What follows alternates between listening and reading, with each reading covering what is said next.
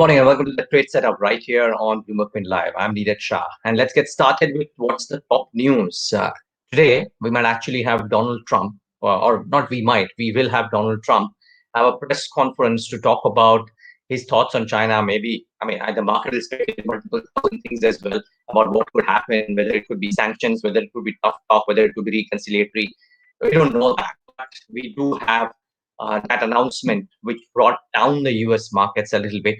They were inching towards the third day of gain, and arguably the best move in the pandemic world. Now we also have that term coined, by the way, that in the pandemic era, what's happening. But that notwithstanding, what we have now is that the US markets came off from the highs of the day and erased those gains. And frankly, the US-China SPAT has an impact on multiple things. We've already seen Hong Kong valued at its most depressed level on a valuation term relative to the global share since the Asian financial crisis of 1998. That's when Hong Kong got hit so much. It is now getting hit so much relative to the other indices. We've also seen what's happened to Apple vis-a-vis some of its peers or the S&P 500 for that matter, the broad index at large in the recent weeks, because Apple depends so much on China, right? And therefore, you've already seen that impact happening.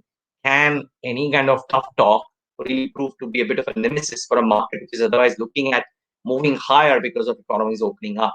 That's the question.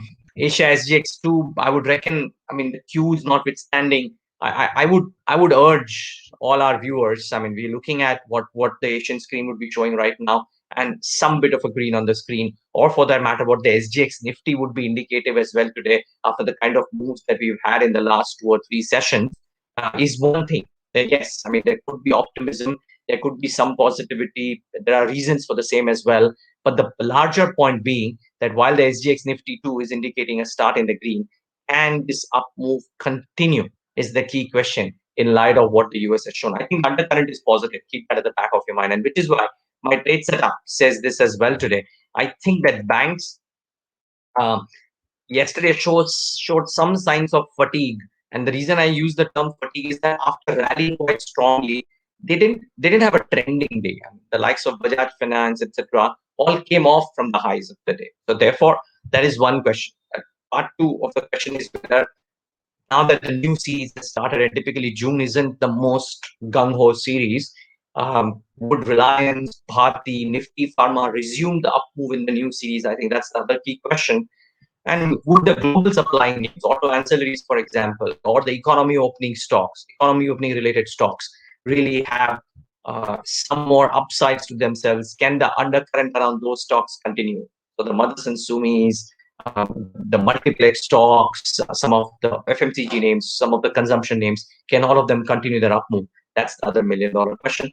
I think time will tell. What about stocks that you should watch out for in the session today and the earnings? There are a bunch of mid-sized names which I thought were very interesting from an earnings perspective. So today is a very earnings-heavy day on the mid-cap front. So do watch out for Voltas, very important name. DMart Retail will give a sense of what all the retailers seem to be doing. Some of them have come out with lackluster numbers. Let's see what DMart does. Lemon Tree Hotels, again, a very important number from a hospitality perspective, and just how bad the damages could well impact some of the other hotel names like Indian Hotels, which have rallied quite a bit. Or for that matter, Symphony, NCC, very big mover in trade yesterday. Let's see if there are some positive numbers that are reported by some of these. But the stocks which will react on open in the market today, first has to be Vodafone Idea, isn't it? The Financial Times reporting yesterday that Google is considering buying a stake of about 5% in the company. And the process, while it's at a very early stage, could well bring about some bit of excitement at Vodafone Idea. Was in a ban until yesterday. There was not too much of activity in the stock also because primarily in the ban. But can this change the dynamics around Vodafone Idea as a stock? I think that's the key thing to monitor. The other key one to monitor is Jet Airways, isn't it? It's a story that we've put out on BloombergQuint.com, and you need to watch that out because I think it's a very important one, not just from a Jet Airways perspective, but from a banking perspective as well, because at least 5 investors have shown interest. This source-based information, of course. But banks like SBI, ICICI Bank, and PNB all stand to gain a bit from this perspective. So banks are in an uptrend. This might just bring a bit of a spark into those names as well. So that's the other one, which is news-based and which is important. I think Nifty Pharma and Bloomberg News has reported the government of India has freed the export of paracetamol API with immediate effect. So the related pharmaceutical names could well be in focus in the session today. Do watch out for those as well.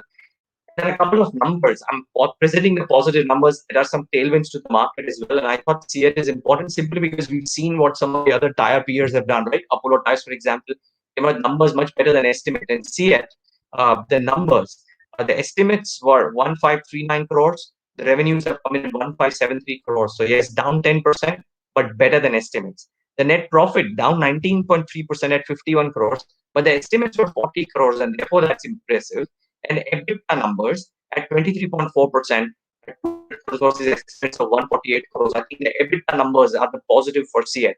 I dare say the margin performance and the EBITDA performance very, very strong for CEAT compared to estimates. Do watch out for the stock. Would well have a decent day today. And Rain Industries, the commentary as well as the results looking positive. Net profit up 54%, EBITDA up about 22%, margins at 14.9% versus 11%. All of these augur well for Rain Industries.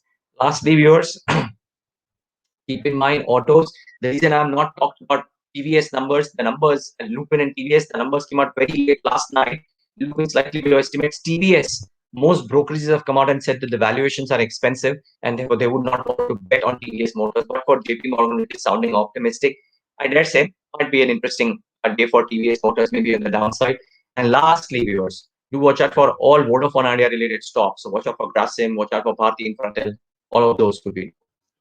Thanks so much for tuning in. Have a profitable day ahead.